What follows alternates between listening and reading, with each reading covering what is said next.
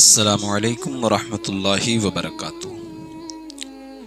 آپ سن رہے ہیں سیرت النبی صلی اللہ علیہ وسلم، باب نمبر 9۔ شام کا سفر۔ جو ہی آپ نے پتھر پر پاؤں مارا، اس کے نیچے سے صاف اور عمدہ پانی پھوٹ نکلا۔ انہوں نے ایسا پانی پہلے کبھی نہیں پیا، خوب سیر ہو کر پیا۔ پھر انہوں نے پوچھا، بھتیجے کیا آپ سیر ہو چکے ہیں؟ نبی کریم صلی اللہ علیہ وسلم نے فرمایا، جی ہاں۔ آپ نے اسی جگہ اپنی ایڑی پھر ماری اور وہ جگہ دوبارہ ایسی خشک ہو گئی جیسے پہلے تھی۔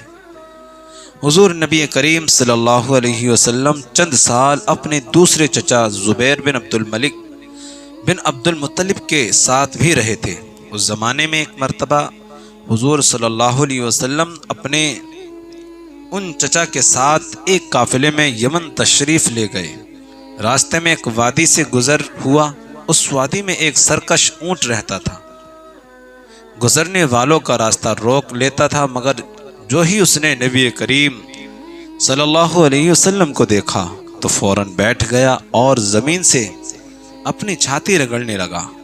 آپ اپنے اونٹ سے اتر کر اس پر سوار ہو گئے۔ اب وہ اونٹ آپ کو لے کر چلا اور وادی کے پار تک لے گیا۔ اس کے بعد آپ نے اس اونٹ کو چھوڑ دیا۔ یہ قافلہ جب سفر سے واپس لوٹا تو ایک ایسی وادی سے اس کا گزر ہوا جو طوفانی پانی سے بھری ہوئی تھی۔ پانی موجیں مار رہا تھا۔ یہ دیکھ کر آپ نے قافلے والوں سے فرمایا، میرے پیچھے پیچھے آؤ۔ پھر آپ اطمینان سے وادی میں داخل ہو گئے۔ باقی لوگ بھی آپ کے پیچھے تھے۔ اللہ تعالیٰ نے اپنی قدرت سے پانی خشک کر دیا اور آپ پورے قافلے کو لیے پار ہو گئے۔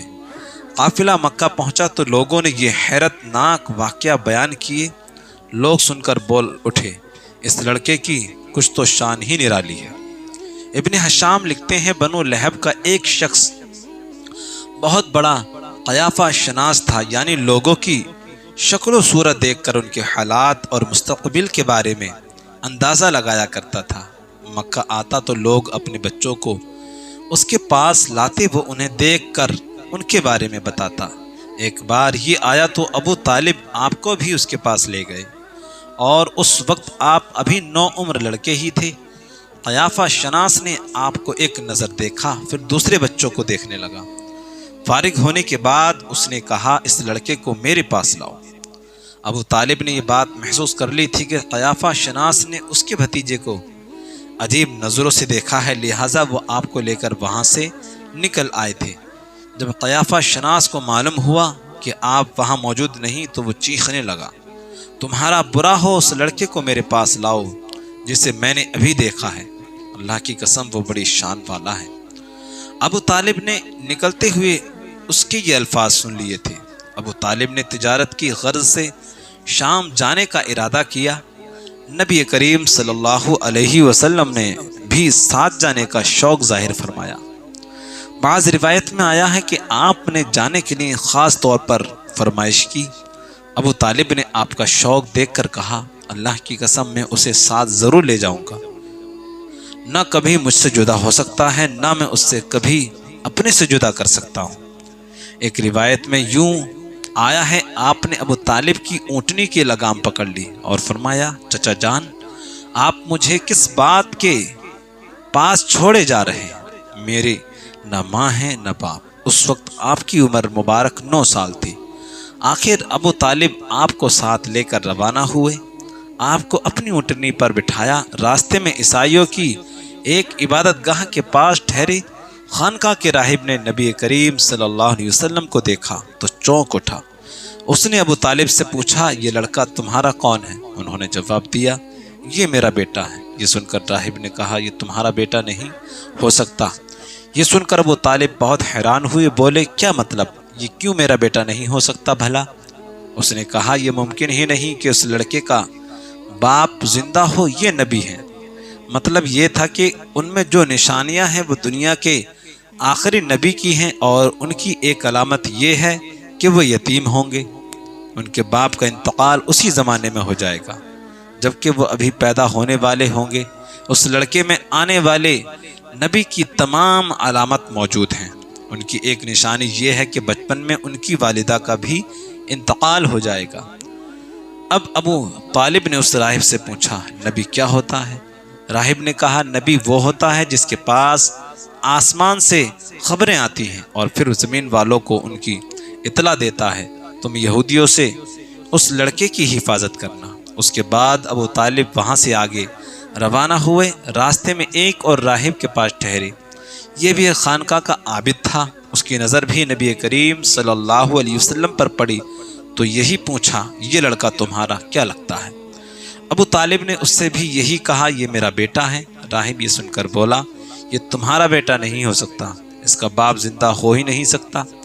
ابو طالب نے پوچھا، وہ کیوں؟ راہب نے جواب میں کہا، اس لیے کہ اس کا چہرہ نبی کا چہرہ ہے، اس کی آنکھیں ایک نبی کی آنکھیں ہیں، یعنی اس نبی جیسی جو آخری امت کے لیے بھیجے جانے والے ہیں۔ ان کی علامت پرانی آسمانی کتابوں میں موجود ہیں۔ اس کے بعد یہ قافلہ روانہ ہو کر بصرہ پہنچا۔ یہاں بحرہ نام کا ایک راہب اپنی خانقاہ میں رہتا تھا۔ اس کا اصل نام جرجیس تھا، بحرہ اس کا لقب تھا۔ وہ بہت زبردست عالم تھا۔ حضرت عیسیٰ کے زمانے سے اس خانقاہ کا راہب نسل در نسل یہ عالم فاضل خاندان ہی چلا آ رہا تھا۔ اس طرح اس زمانے میں ان کا سب سے بڑا عالم بحرہ ہی تھا۔ قریش کے لوگ اکثر بحرہ کے پاس سے گزرا کرتے تھے مگر اس نے کبھی ان سے کوئی بات نہیں کی، مگر اس بار اس نے قافلے میں آپ کو دیکھ لیا تو پورے قافلے کے لیے کھانا تیار کروایا۔ بحرہ نے یہ منظر بھی دیکھا کہ نبی کریم صلی اللہ علیہ وسلم پر ایک بدلی سایہ کیے ہوئے تھی۔ جب یہ قافلہ ایک درخت کے نیچے آ کر ٹھہرا تو اس نے بدلی کی طرف دیکھا، وہ اب اس درخت پر سایہ ڈال رہی تھی اور اس درخت کی شاخیں اس طرف جھک گئی تھی جدھر نبی کریم صلی اللہ علیہ وسلم موجود تھے۔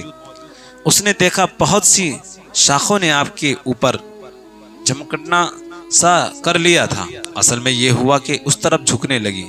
جب نبی کریم صلی اللہ علیہ وسلم اس درخت کے پاس پہنچے تو قافلے کے لوگ پہلے ہی سایہ دار جگہ پر قبضہ کر چکے تھے۔ اب آپ کے لیے کوئی سایہ دار جگہ نہیں بچی تھی۔ چنانچہ آپ جب دھوپ میں بیٹھے تو شاخوں نے اپنا رخ تبدیل کر لیا اور آپ کے اوپر جمع ہو گئی۔ اس طرح آپ مکمل طور پر سائے میں ہو گئے۔ بحیرہ نے یہ منظر صاف دیکھا تو آپ کی یہ نشانی دیکھ کر اس نے قافلے والوں کو پیغام بھجوایا، اے قریشیو، میں نے آپ لوگوں کے لیے کھانا تیار کروایا ہے۔ میری خواہش ہے کہ آپ تمام لوگ کھانا کھانے آئیں، یعنی بچے بوڑھے اور غلام سب آئیں۔ بحیرہ کا یہ پیغام سن کر قافلے میں سے ایک نے کہا، اے بحیرہ، آج تو آپ نیا کام کر رہے ہیں، ہم نے تو اکثر اس راستے سے گزرتے ہیں، آپ نے کبھی دعوت کا انتظام نہیں کیا، پھر آج کیا بات ہے؟ بحیرہ نے انہیں صرف اتنا جواب دیا کہ تم ٹھیک کہا، لیکن میں بس آپ لوگ مہمان ہیں اور مہمان کا اکرام کرنا بہت اچھا ہی بات ہے۔ اس طرح تمام لوگ بحیرہ کے پاس پہنچ گئے، لیکن اللہ کے رسول صلی اللہ علیہ وسلم ان کے ساتھ نہیں تھے، انہیں پڑاؤ ہی میں چھوڑ دیا گیا تھا۔ دوستو، یہ باب نمبر سیرت النبی کا 9 تھا۔ انشاءاللہ آپ کو پسند آیا تو ہمارے چینل کو سبسکرائب کر کے بیل آئیکن کو ضرور دبا دیں۔ ملتے ہیں انشاءاللہ اگلے 10ویں پارٹ۔